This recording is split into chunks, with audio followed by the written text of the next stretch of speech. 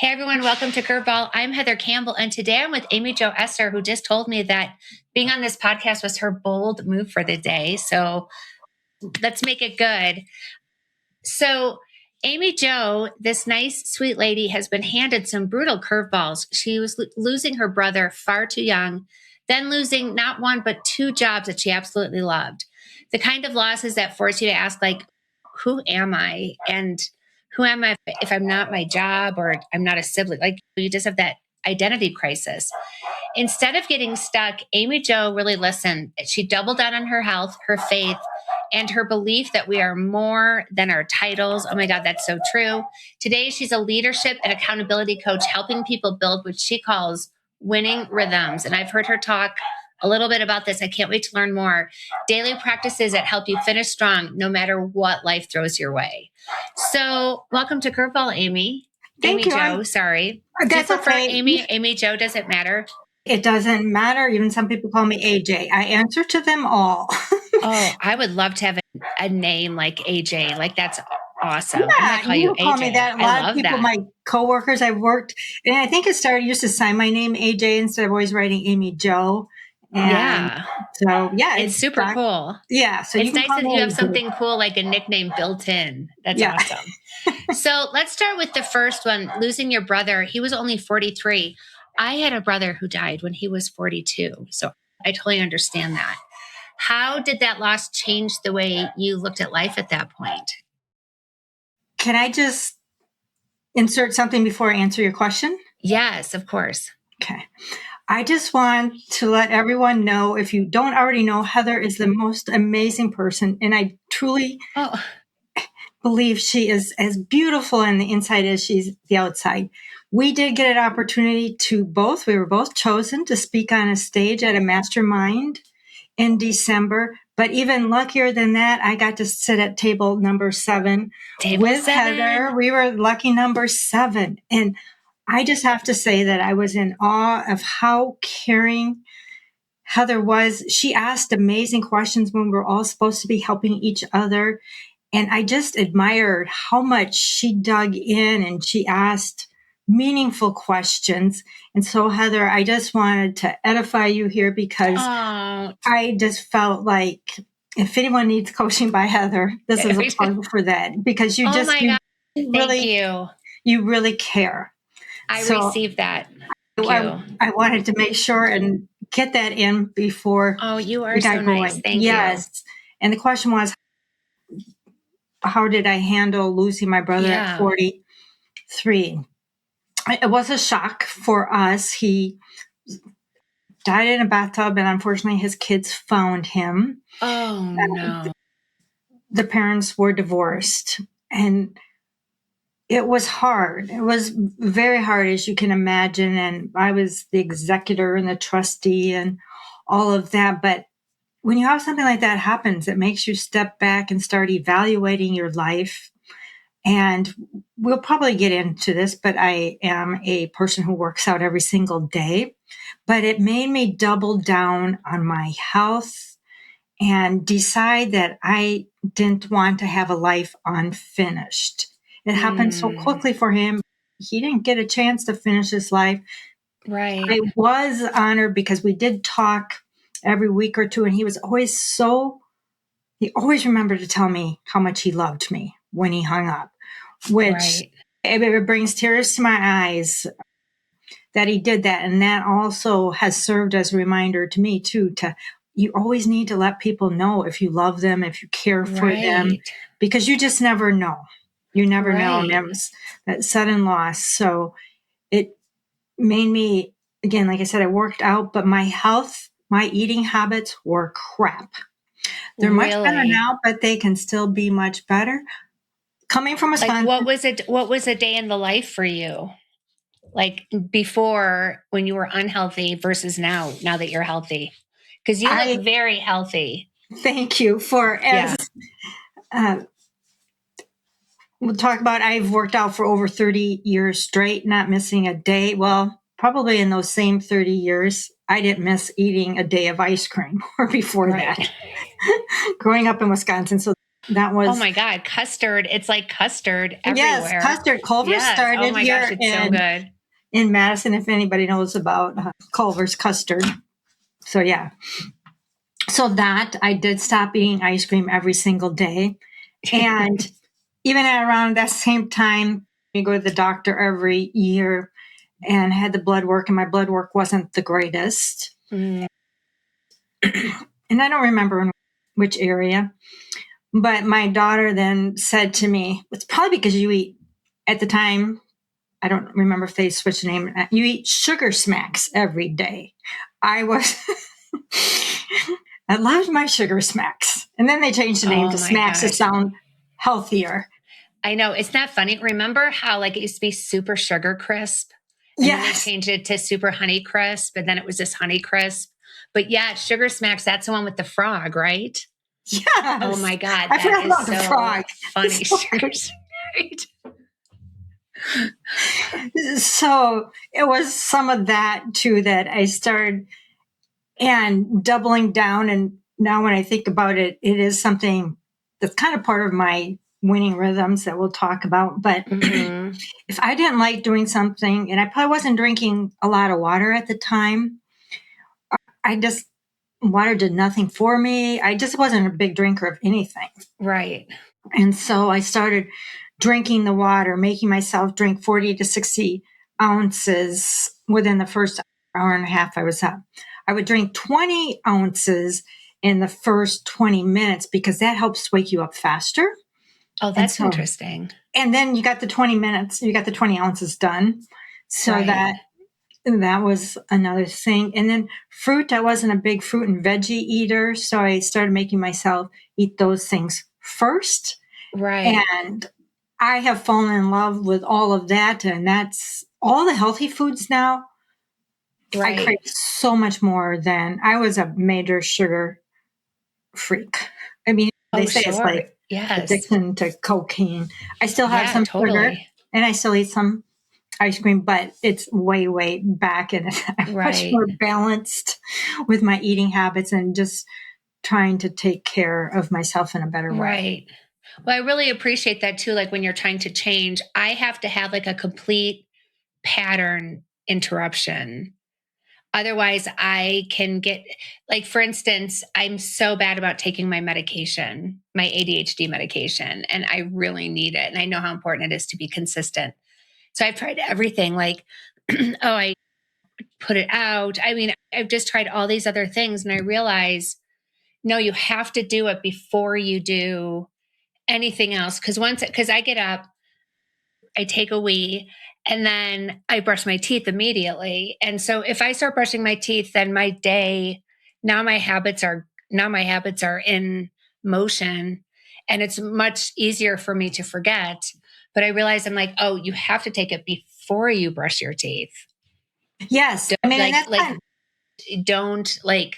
and I thought that was like, I was a smarty for realizing that.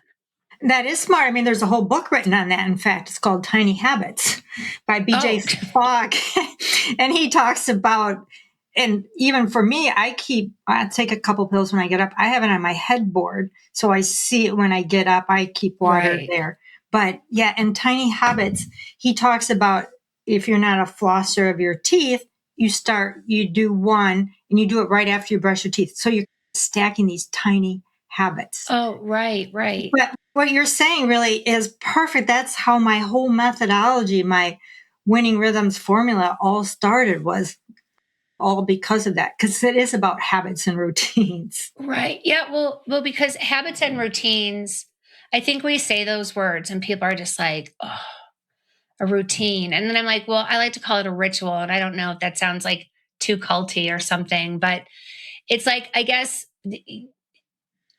what is it? Do you think that, because I think people hear those words and they're just like, oh, it doesn't sound, why is that? Why do people have that kind of reaction to this idea of really having control of their habits? So I don't even know if you can call it a habit if you're in control of it. I call it a rhythm. A rhythm. Well, that's why it's winning rhythms. So maybe you read my mind. You knew that people. Why do people have a resistance to that? Yeah, I was thinking about that. And I think some people, I'm a rule follower, always have, but some people are rule breakers. And I think the way I look at rules, I have rules or habits or rhythms that I know it's helping me in the long run. So I'm always looking long term. Right. Again, and if you look at like that, a lot of people wait to get healthy. I'm going to get healthy when I retire. I'm going to get healthy when the kids are out of the house. I'm going to get healthy when. But Right. sometimes that when doesn't happen. That's why I feel so strongly and believe so strongly that you have to start today. Right. But, and that's how, so I have this whole rhythm or morning routine. It all started with my working out, having a problem with working out. I went years ago, probably 30 years ago, to somewhere in that time frame. I went to Tony Robbins Life Mastery. It was a Oh, 10-day. wow. It was so cool. It was intense. 10 days? 10 days in Hawaii. I never saw Hawaii other than my roommate had to go to the hospital. So I did. Oh, She had me come along as the ambulance ride. I hope it was at least in the daytime so you could see some good stuff. We What? got one like 2 hour part off and we could do like, so we were in the sand. I am so curious. What was your energy like afterwards? Because those events, I think, just were you up or depleted or up? Okay. I was so up and it was so amazing, but it was funny how tiring. And back in the day, Tony would go, I mean, these were 16, 18-hour days. And then because of course I wanted to get everything, then he'd have a yoga in the morning. So I'd get up and do that. And yes, so I was he's amazing. I saw him speak at a conference. It was all about branding, which I was very excited about. But I thought he spoke for maybe 90 minutes. He spoke for 4 hours. But were you glued to him? Yeah, like he obviously, I really appreciate someone, because I remember like when I used to babysit and I used to see him late at night and he used to talk about like power of your mind and mindset and all that kind of stuff. And you could laugh him off because it was like late night at like it was the commercials during midnight special. If you ever babysat for people in the 70s, you know that right before the TV just switched off for the night. And so then he would, and I would watch it just because the people I babysat always stayed out so ridiculously late. And I remember just thinking, wow, like looking at him now, like he really had such conviction in what he knew and he wanted to share it. And he was like so creative in how he did it. But I have such an appreciation for people who are obviously earnest, right? But he is such a professional. I mean, just top to bottom. Like, I love being in a crowd when there are good speakers, when they take you just on this like ride and you're just like cheering and all that stuff, like how people can really take you on those kinds of experiences. So I really appreciated him. So I had it was such an appreciation. 10 days. Solid. Lord. He didn't. Now he has more speakers come and help speak because he has a voice problem. But anyway, I mean, as far as, yes, I was high energy. I was high energy for probably ever since then. Except when I got home that night, when I had a 6-year-old daughter, when I walked across the 40 feet of hot coals, I did all of that. And we climbed a telephone pole. And then we had to jump onto the trapeze bar. And I did that. And so, I mean, there was a lot of crazy things. But I did when I got home. Just speaking of, was I tired or not? My body was physically tired. And I still had to pick my daughter up at daycare. And I thought, well, I'm just going to go up and lay down for a little bit. I just got home on the plane ride. And I set the alarm on the stove downstairs. Mm-hmm. My husband got home maybe 6 o'clock and he's like, where's Amber? What's going on? And so I did sleep. You're like, whoa. Yeah. But back to, he had one day on health, a total day on health, which I think that changed my life too. And starting to think about health and taking like working out and all of that seriously. And have you always been thin? Because you're a very thin person, thin and fit. For the most part, yes. But were you like an unhealthy, like a high functioning, unhealthy person? Probably. Yeah. Great. Yes. And so then, I learned about the health there. And at that time, I made a promise to myself that I was going to start working out every single day. And so that's when my journey began there. But it wasn't easy, speaking of habits. And I would try. And at the time, I belonged to two gyms, two different workout places. And I'd set, and I want to do it in the morning. I'd set my alarm, but I was a professional snoozer. I could snooze for 2 hours and then I get up. Seriously, I could too. I just know like 9 minutes at a time. Yeah. So with you, they just changed the iPhone so you can set the difference other than 9 minutes. Oh, that is so interesting. I was set it for 12 minutes then. Yeah. I haven't changed it, but I did just see it's possible. And so,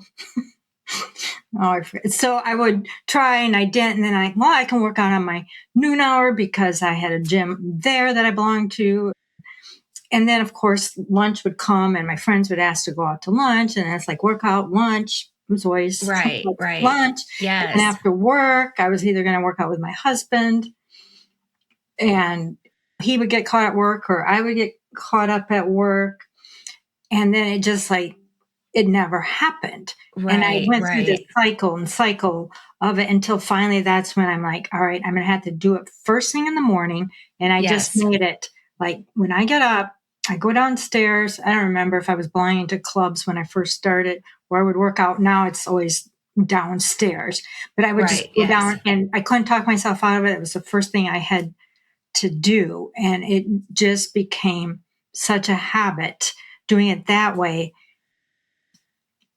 And now I'm such a proponent in doing some kind of movement in that first hour of your day too. I mean, with my whole winning rhythms, I do suggest that people start their first hour of the day in movement. I have been doing this for so long that it is, again, it's so ingrained into me. Right. To do it. So I maybe can wait 3-4 hours in the morning. I get up at 4:44. And so I may not work out until 9 or 10, but I still move my body in that first hour. Right. And so I do. So it's funny. This is kind of part of my 1-1-1 rhythm too. I start. So you're always supposed to do one more rep of something is kind of part of my thing. Yes, totally. One more rep or one less rep. So I was always doing squats. I love squats. And so I was doing that squats and just a little bit of walking to wake myself up. And then I started like, well, I might as well add one more to my squat. So now I'm up to 128 squats. So keep going up. So I don't know. I haven't figured out when I'm going to stop with how far I go up, but. Right. Yes. Oh my gosh. That's amazing. Well, I think I was tracking, I called it like my morning ritual, and I would wake up and the first thing I would do is meditate. Then I would journal and then I would walk my dog. So I knew I was going to get movement in, and I did it for like 148 days straight. And I was like, amazing. And even if I was on vacation or someplace, I still went walking. Yeah. And so then I missed a day and then I stopped completely. It's like, and I just think that is just so funny because I had such a good rhythm. I missed one day and that was enough to like really trip me up. So where I'm finally like back in a routine with that, but it took a while. Why does that happen? This is why, again, and this is my part too. This is why I work out every single day. Because I found too, if I would take a day off, it would be easy to not to do the next day, or I'm going to wait Monday, or I'll do it the first of the month, or might as well wait till the new year. So these were things I had to overcome too. And that's why I'm pretty fanatical about I have to work out every single day. I have to move my body in some way every single day. And then it just becomes such a part of you. So I also, if someone's in my program, going through my program, I would say, all right, well, you can miss one day, but don't miss that second day. You just got to get back up and get on that horse as soon as you can. I had a friend when I worked in Birmingham, And she would laugh at me. I mean, when I was flying back and forth from Wisconsin to Birmingham, if I had to have a flight, which was early morning flight, I'd be up at 1:30 or 2 doing, getting my workout in. Because that's the other Right. reason why I say you have to do it first thing in the morning, because the day can get away from you. It's just Yes, way totally. too easy. Like even when I was giving you the example of me working out. And so then you Right. get it done. You feel great about yourself. I feel like I've Yes. conquered the day. I've already won my morning. I've won the day. Right. And I can handle anything else for the rest of the day. Right. When my kids were little, that's what I did. We had these amazing rec centers where we had like spin classes and like Mm.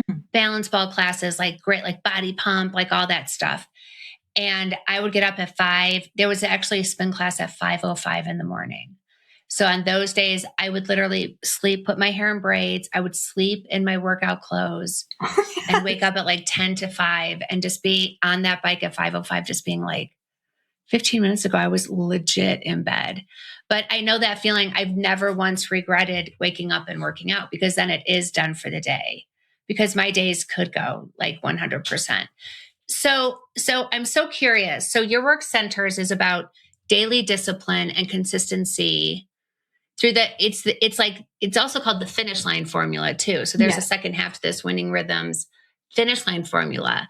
And then what does that look like? What does that look like? What does that even mean for the people that you work with? Where did they start and where do they end up if they're good and they do everything that you tell them to do? So my winning rhythms finish line formula in one sentence is: if you want to cross your finish lines, you must master your winning rhythms. So that's it in a nutshell. And I have 3 parts. And the way it's been designed is, I mean, this is what I've lived. So this is what I know.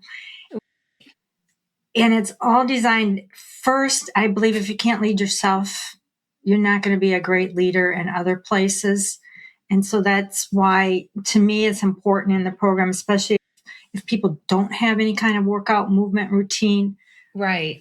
So my 1-1-1-1 works, my rhythm, and I'll go through that briefly. That works first for movement in the morning and getting yourself going. And again, I mean, it's as much mental. It helps you as much mentally as it does Yes. physically. Because I completely 100% agree. Yes. yeah, I mean, that's what I found too. I mean, it's mentally, you just feel different. You feel better about yourself and you feel like you can conquer the day Right. and do these bold moves. Right. Well, it's interesting. I'm a ruptured brain aneurysm survivor. Yeah.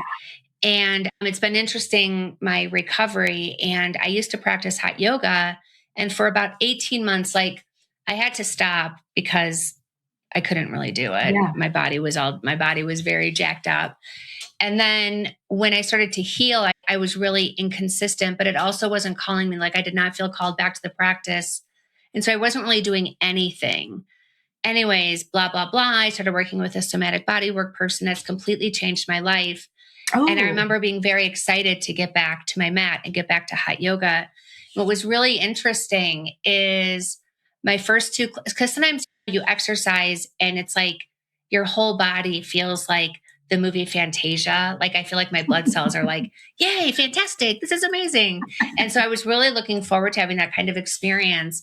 And my first 3 classes back were not easy. And this is something that I practiced seriously for 9 years. So I would say I was off for about 18 months. And what was so interesting is because I'm very body aware, I could feel it was anxiety. And so I just told myself I was never going to push myself to this place where I just really felt, because it's in a hot room, high humidity. Yeah. There are times you feel like just a little panicky. You're just because it's very intense. And I promised my heart I was never going to take it to that crazy level. And I still have that deal with it. But what was interesting to me is how excited I was. And then it wasn't easy. And I guess I was surprised. And I don't mean easy just from the actual practice of doing it. I mean, easy from an emotional perspective. I was super surprised. And this was something that I had done for almost a decade. Yeah. So I'm sure that there are people who used to be runners when they were in their 20s and they're like, oh my God, I'm going to take up running again or something like that. So I just kept on my eyes on the prize. And it took me about I will say it took me exactly 11 classes before I really felt like, oh, okay, I'm back. Like, I'm back here. I'm back here in the studio. And I could have easily given up in those. Like, Yeah. I I'm remember on proud my of 12th you. class when I really felt like good and back and home, like at home again. I It was like, takes I could have easily stopped at class 11 and I would have never had class 12 where I really saw that now I'm back in a different way. that gives me Yeah. chills. That is so cool. I mean, and yeah, that is the thing. And I know for some people, movement, exercise just freaks them out. They haven't ever done it. And Right. here's another one of my rules. If you're just getting into the exercise, at least you were going to the mat. And I love that you were honoring your heart. And yeah, I don't think it would have been good either for your brain or anything if you would have been pushing yourself so hard, Right. like where you were and expecting even to be where you were when you came Right. back. But I have for someone that just like, oh, I can't work out or I don't want to do it. My thing is first, you choose anything that you love. I mean, it could be Right. dancing, yoga, weights, cardio, whatever your jam is. And there's pickleball. There's so many different things you can do, walking, running. But I started, and this helped for me, and now I call it my 6 minute rule. I found that if I stayed working out for 6 minutes, especially back in the Yes. beginning, that seventh minute, I gave myself, I could stop. I could say I worked out. I got Right. some Yes. workout in, but always at that seventh minute, I was into it and I wanted to go. Right. I do that. I even like when you're working on your dream or your finish line, I even say that when you have that, and usually there's something that's holding you back, that hard thing Right. you don't want to do, give yourself, set a timer. I'm all about timers and alarms, checklists. Set a timer for 10 minutes and make yourself do it for 10 minutes. And then give yourself, you can stop at that 10 minutes or you can keep going. Right. And again, 99% of the time, you're going to keep going because now you've opened up, you've put past that hard.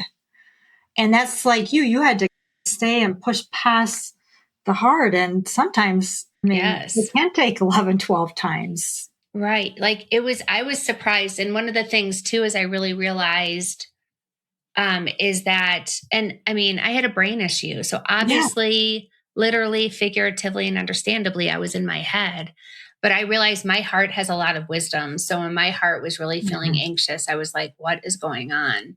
And she was like, this is a lot. Like we've been through a lot and I've been really on my own here. And this is a lot to be back here.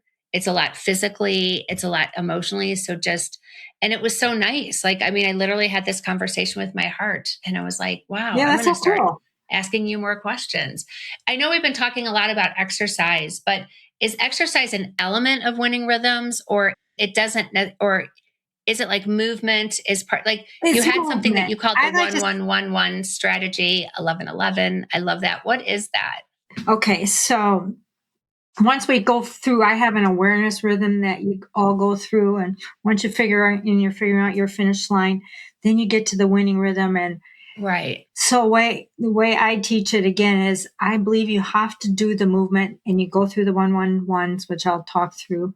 And then, but then it equally works as well in your career and whatever dream you have, you do the same things. But for me, wanting and working in corporations or entrepreneurs that have a team, and want to be the best leader they can be. Yes. This works equally as well for that.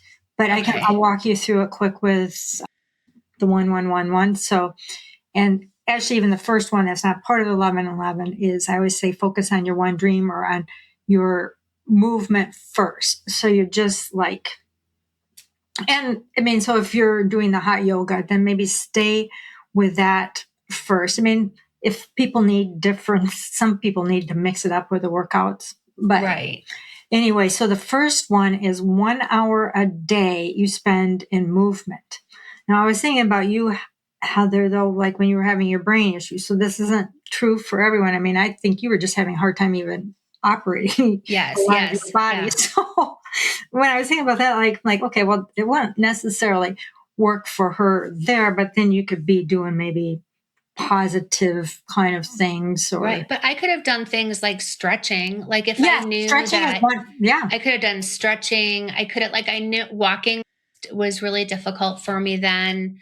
And so it's like, that was a thing, like, that was my goal, is just to be able to walk again, because yeah, I love that so much.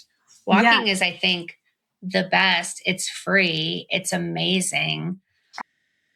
I listen to my audiobooks, so I feel like I read a lot. It Yeah, really me too. is. Because like sometimes we think, like, I just know, like, Planet Fitness, for instance, it's so cheap. And they make it so cheap because they know that people will never go. And it's cheap enough that they just keep on paying because they think that they'll go.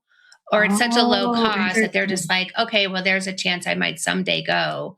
And there's also this exaggeration of people thinking they work out a lot more than they actually do, which I think is interesting. That But is that's like, interesting. but one of the things you said, which is like, I used to belong to two health clubs, and then I relied on other people, to be to be my fitness partner. And if my husband couldn't work or my friends asked me for lunch, it was so easy to not prioritize that. And then you said, I started working in my own house. So it's like, sometimes I think when we're trying to change, we think, oh, I'm going to do something big or expensive, like get a Peloton bike, and Exactly. think like that will be my incentive. But I think the incentive is just figuring it out, like actually making it a daily rhythm. And then that's the reward in and of itself. And then if you want it, Exactly. once you have proof of concept, I can actually be a regular exerciser, then you can get the Peloton bike. Yeah, that's so true. And I don't know why this vision popped in my head, but when we had both of our dogs, it's like when you start walking them, and neither one of them, they both had to be really trained to walk. You're giving them treats, right, Right. to make Yes. them operate. But soon enough, you're taking away the treats. It's just like for me, it's a treat to work out. You're taking away the treats, and the walk is the treat, and that is what you Yes. get so Yeah. excited about. I mean, we had to spell the word walk for our last dog because she would just Oh, yes. jump like crazy and follow you around, because we might not be going for the walk for 15 minutes yet, but she'd wear We herself had to out. do that. We would call it the W, and they also knew what that meant. So now we just call it They the learned. dub. Like, do you want to take the dogs for a dub? And we know what that means. Yeah. Yeah. So you have this first hour of movement, and it doesn't have to be intense, but it does have to be Right. consistent. And again, if you can't do, some people say they can't do an hour, but part of my awareness rhythm is really you probably can do an hour. We do a time audit, and you just figure out, Right. it's more of a matter of priorities. But if it's 30 minutes, or you're in a time, a season of your life, you can't do it for an hour. Right. But that's the goal. But if you can do less, it's more consistent about Right. important. Consistently doing it, showing up for yourself. So, and again, pick something fun, something that you enjoy. And then the next Right. one is 1% improvement. So if it's building a fitness skill, it would be 1% improvement on doing a better squat, doing a better plank, doing some Mm-hmm. kind of, hard yoga move, because those things are hard. And Right. Yes. really perfecting that and working on that. Or if it's your dream and it's to be a coach, maybe you find someone you can coach with for 15 minutes, or speaking. You can practice speaking for 15 minutes. So you're always trying to just improve. And 1% of your day Mm-hmm. is 15 minutes, and you can fit that, and that 15 minutes goes within that 1 hour. I mean, if you're an overachiever, Right. you can put it, you can do an hour and 15 minutes, but Yeah. it can all be consumed in that 1 hour. So that's 1% better. And then it's one bold action. And I like to think of it as an identity changing action. So for me, now I can say I've been on a podcast. Yes. Amazing. Amazing. So what are some other, I like that. I like that one bold action. So what are some examples of your bold actions? Okay, so singing, and that was my bold action for the entire year, was singing on stage when I did that at the mastermind we were at. Right. Because I did not, I mean, until probably 4 or 5 years ago, maybe 5 now, I hadn't even sang happy birthday alone. I mean, my husband, my daughter, she did when she was a baby, but she didn't remember. I never sang. solo so anyone could hear me. I don't know. I'd always had this thing about my voice.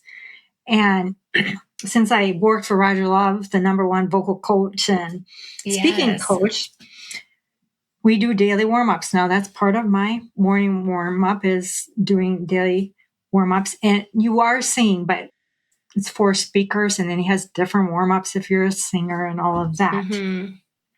So I've been doing that for years. So then I finally got brave in the last couple of years to sing happy birthday to my husband and my daughter. And now I'll sing it to anybody that wants to hear it. But I'm not going out on any kind of sing thing. And it was so funny when I was writing that talk for the breakthrough talk we did. It just came to me like I grew up on a farm and then I sang it to myself. And I'm like, oh, that would be a bold move. That would be my boldest move probably of my lifetime. Right. So if I like saying on here, that would be a bold move. So or reaching out and asking someone that just feels like out of my league, going ahead and asking them for it. And that's a bold move, whether they say yes or no. I have started. So you're starting to stretch yourself. You're starting. So if you have a goal again to be a speaker, then you're starting to ask to speak on these different stages. You're putting your name in the hat. That's a bold move because you may not feel like you're qualified, especially if they're bigger stages. Yeah, putting my name in the hat to be chosen to speak on that stage, that was a bold move for me. Right. There has to be, I think that's amazing. And your talk was so good. I loved it. Oh, thank you. Well, yours was so I loved your cow analogy. Could you just share that here? Because I thought that was maybe really I'll brilliant. sing on today. Well, so I'll have two bold moves, but maybe I don't have to count tomorrow. So that is part of my program in the 1111. This has to be non-negotiable. And I'll just quick say, and then the last one is one more rep of something or one less rep. So that's our 1111s. And so when I was thinking about it, because I have made this so non-negotiable, I mean, my husband, after I don't know how many years, finally said, can you just skip a workout? He knows it's not going to happen and I have to do it. But so it's become a non-negotiable no matter what. That's what I want for someone going through this, for their dream, for if they're trying to become a CEO or whatever they're trying to do. I want it to be so that they're working on it every single day because it's the consistency that matters the most. So there has to be something going on with your brain. Too, that you're taking these moves and telling your brain, yes, we're okay, we're safe, right? Like, I mean, there has to be the procrastination or sometimes apathy people develop, even for dreams that they really want to do, is so interesting. And I think that it's something happening. I think it's your nervous system or something trying to keep you safe. Yeah, I think, yes, absolutely. So I was thinking I wanted to tell the audience, and now I'm going to use it with my thing is, I grew up on a farm, and I said, and on our farm we had some cows, E-I-E-I-O. So the point that I was making is those cows in our life revolved around the cows. They had to be milked twice a day, same time each time a day for the most part, and 7 days a week, 365 days a year. It was non-negotiable. Those cows had to be milked. And we had a fire on top of the barn and we still had to milk the cows. And so there is just, so you can't not do it. So that's how I like to look at making it non-negotiable.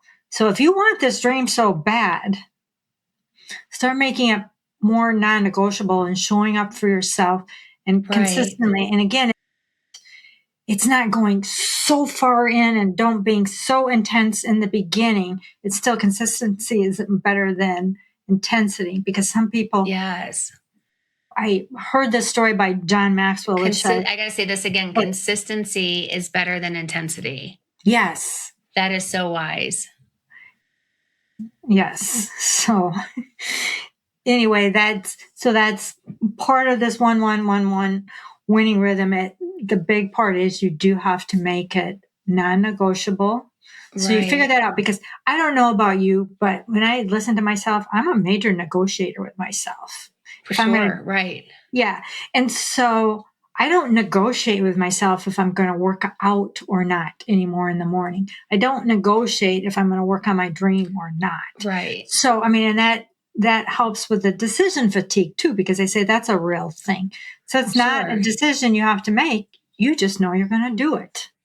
So I know that I love that too, like making it a non-negotiable, because I think sometimes we set goals and we're just like, well, but when you're focused on the finish line too, like there's a lot to be said to have something to look forward to. Yeah. And then when you set that goal out there, I know like your brain automatically starts thinking about like, oh, well, how can we achieve that goal? Like, so it puts you in that place. I know that you love to work with leaders and companies. So how does this work translate into like to executives and to companies? Sure. So usually an executive has a goal. I mean, if they're CEO, their company has a goal.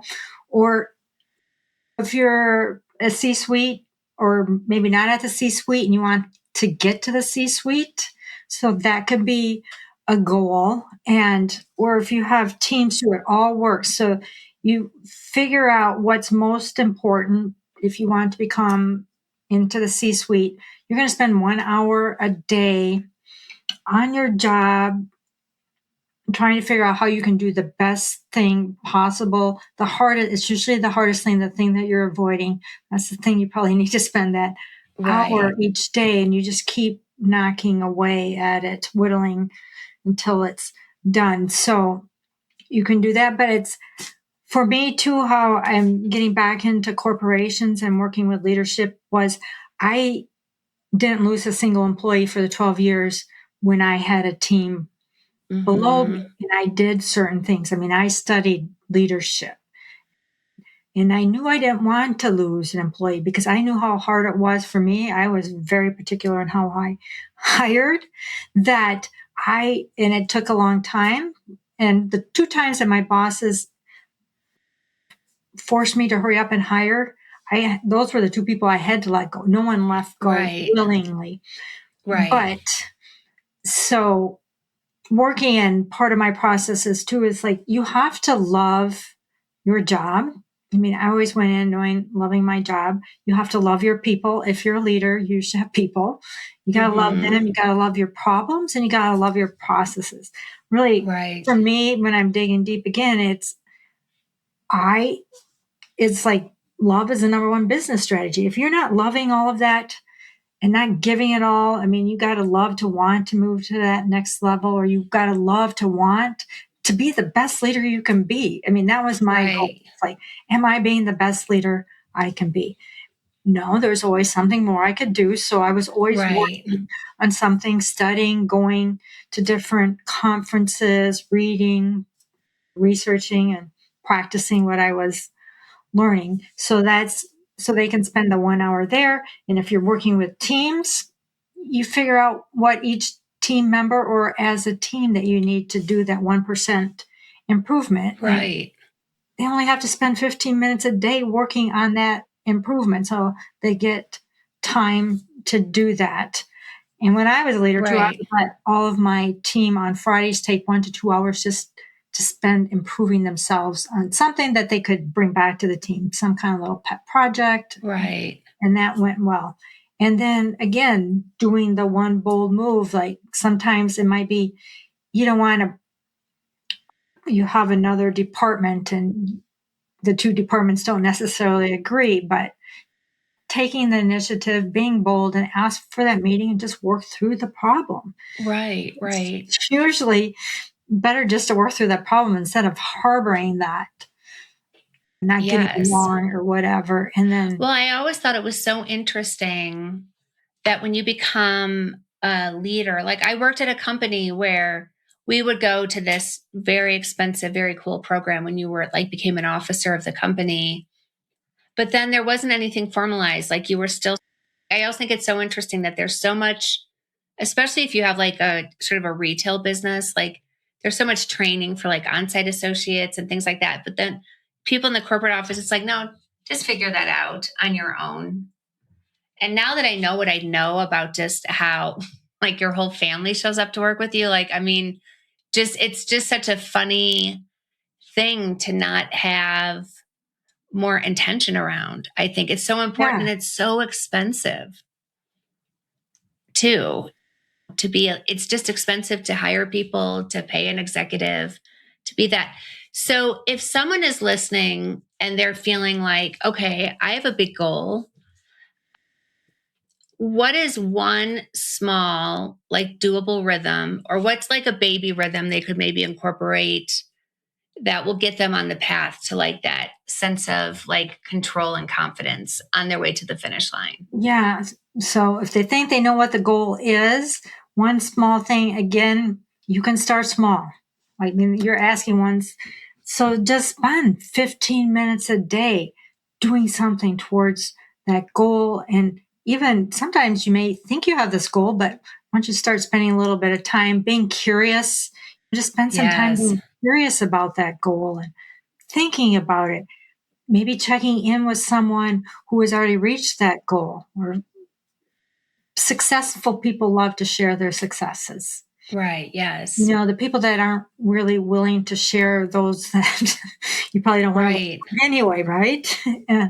So Well, there's I think it's like be curious about that goal. What made me think is sometimes like we set up a goal and we don't think about like, why do I want that goal? Like, why Mhm. is this even something? Because sometimes we do things. Because I actually interviewed somebody for my podcast and she was such a people pleaser.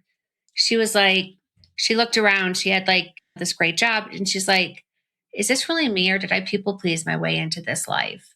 And I thought that was Oh, such an interesting wow. question. Yeah. Yes, it's And it takes like a powerful. lot of self awareness to really, Yes. I think that, to even have that thought. And then, but I think about your goal because then that the more, because if it's like, why do I want this? Because, oh, this amazing thing would happen. Okay, that's cool. Then what happens if that amazing thing happens? Well, then this cool thing would happen. What happens if that cool thing happens? I think that I get manifestation and thinking and Yeah. power positive thinking and law of attraction and that kind of stuff. But I really think when you put things out like that, you're creating vibration and you're helping your brain like to like help you reach that goal. Like you're Yes. priming. Yeah. Yeah, that whole reticular activating system. But it is key because you got to think about, and what I teach too, it's you want this goal. Well, you have to become a different person for that goal. Otherwise, you'd already have that goal. So there's Right. Right. characteristics you need to build into, and you need to start living those today. Sure. Right. And when you're doing that, that's going to help you. But thinking through, all right, now I am this person. Is this truly the lifestyle I want? Is this what I want? It might sound cool. So if you think about all of that and be curious, and it's like, yeah, that sounds cool. I want it even more. Then you just Right. every single day. And Right. then hopefully you're getting more excited each day to keep digging in and learning. And Yeah. then you're off to the Well, races. it reminds me of that book, 10X is easier than Yes. 2X. The Yes. philosophy is of that book is like people think if I want to make double the money, I have to do double the work. And their thinking is no, like think about if you were going to, so if you were making 200 grand a year, they'd say, no, think about how would you act if you had a $2 million a year business? You would act completely different than $200,000 you. And I think that's a really good way to look at it too. Like, act like I told my daughter, I said, one of the best things you can do, because she works for this global PR agency and they have people coming to visit. And I said, on the days that you know, like the executives are coming, really, and they're women, like these really sharp dressed women, I said, dress like they would dress, like pick Yes. out what they would pick out in your closet. And I said, you won't even believe, like, it just changes So things. Like, true. And yeah, you it show really up does. differently too. Yeah. Yeah. No, I love Dr. Benjamin Hardy. Big fan. Been through one of his programs. He's got a Science of Scaling book out now that kind of continues the 10X, the Oh, I 2X. didn't know You that. got to get that. And he has an Audible, since you listen to Audible, and it's only on Audible, Time as a Tool. And so a lot of this, and so I do teach that too with the finish line. It's really Right. going, he now calls it impossible goal. And so when you pick this goal and you make it more impossible, your brain, there's only probably one or two ways you can actually get that goal. So you eliminate all these different ways. There's only one or two ways you can get the $2 million versus the $200,000. You're going to have to show up differently. You're going to have to do different things. And your brain, like you say, the whole reticular activating system, it's zeroing in. Well, how do I get the 2 million? So you're thinking that way versus, where he talks about in the book too, the $200,000, you're just working twice as hard and, you're killing yourself basically. Now you're working 16-hour days versus, Oh, I know. And as an entrepreneur, it is so easy to do a little bit of work like every single day. And you have this low, especially I work with a lot of executives turned entrepreneurs. I'm an executive turned entrepreneur. And you just trade like a high level burnout for just a low grade burnout. And you're still burnt out. Like I remember the first time I'm like, I'm really not going to work weekends. And now my goal is this year is to just not work Fridays. So to have a 4-day work week. And I think I can do it. But I remember the first time I didn't work a weekend, I'm like, oh my God. Like, and it's so interesting because the first voice in my head, and this is so common, is, oh, you should be further along by now. And this is why you're not. And I was like, oh, shut up, voice. Like now I know. I'm like, oh, okay. I'm taking care of myself. Like I'm having downtime. And it's so lovely to have a day where you don't feel like you have to do anything. You just have the day to yourself. Yeah. And they say your brain does work better. So I'm a 7-day, unfortunately, work person. But I am so passionate about what I do. So it doesn't feel like work, and I will. Yes. So, I mean, I think it can be different. It does not sound like that burns you out. No, and that's the funny thing is I've never been burnt out.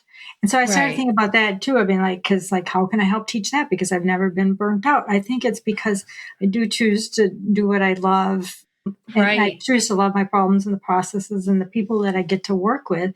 And I think just having that approach maybe has changed the way I look at things. So if I am working on the weekend, I mean, it's like, I can hardly wait. For me, I'm just like, that is such a fun feeling. I love that feeling. Like when you're really excited, like you're just like, okay, it's go time and you're ready to do it. Like that's such a great feeling. Yeah. All right. So Amy Jo Esser, if people want to work with you or bring you into their organization, how do they get in touch with you? Where can they find you? And they can find me on LinkedIn under Amy Jo Esser, on Instagram, Amy_Jo_Esser, and Facebook, Amy Jo Esser. So all the places. And they can just DM me saying they want to work with me or say finisher. I do have a finisher, a little 67 championship work product I could send to if people DM me. That sounds cool. Yeah. I can do that too. But yeah, just let me know. And I'm happy to have the calls and so we can see if we're a right fit. Finding the winning rhythm. Yes. I think it would be so fun. I'm doing some culture work for one of my clients right now, and I love doing that kind of work. Yeah. Yes. Oh my gosh. Cool. And if you can make like a winning rhythm, like I could just visualize having a company where you work with them for their own winning rhythm. Like how much better winning rhythm than core values, which people just end up getting so like cheesy for so many people. Yeah. But I like that. Like this is our rhythm. Like these are the rules of the game here. And our department stood out. I mean, brag a little bit here. It just did because I created a culture, such a strong, I mean, my team members would do anything for every single one of us. We all loved each other. Oh, that's awesome. We were all in it. And if someone else needed help to finish something, they would jump in. Right. They would help. I know one of my best friends was like, you're always like, you're just so protective. I mean, I wanted them just to have this beautiful culture where they'd love to come to work like I did. And they really did. And so I would send out, it was interesting too. I'd send out emails every day, like positive emails or how they could do something better, different. It was funny when I took a vacation, like my managers or somebody else just picked up and they'd keep sending out those That's incredible. which that was probably the best thing. I love just that. get goosebumps now when I started doing that. It was so cool. I worked for a company that was so cool and innovative and groundbreaking. And it was so fun. And people who worked there loved working there. Yeah. And it was literally the best job. Blah, blah, blah. Like they ended up going private. I got laid off. Like, but I remember thinking, oh my God, I'm going to be one of those people that works at this company for like 35 years because I love it so much. Well, it does make a difference. Yeah. Yes. Thank you for the work you do. You have absolutely 100% inspired me because I'm in the process of solidifying my morning routine, my morning ritual in the morning again. And the one thing, because like I haven't walked for a long time, is my walking and introducing that back in. And so now I know, like, I've already made my meditation and journaling and non-negotiable. I just love this non-negotiable. So easy. It's like I could have had a V8 moment. Like, which is so easy. So, and I have a very long morning routine because anything I don't want to do, I just put it there, like when I get done, and then soon enough, I fall in love with it and can't take it away from me. So I love that. I love that. You're so sweet and smart and strategic and all the things. My favorite combination. Yeah. Thank you so much for saying yes. You did great on this interview, and you can check off the bold move for the day. All right. Thank you. Yes. Thank you. Thank you for inviting me. I'm so excited because you've had amazing guests. So I feel honored to be one of your guests. Of course. Thank you. Yeah. All right.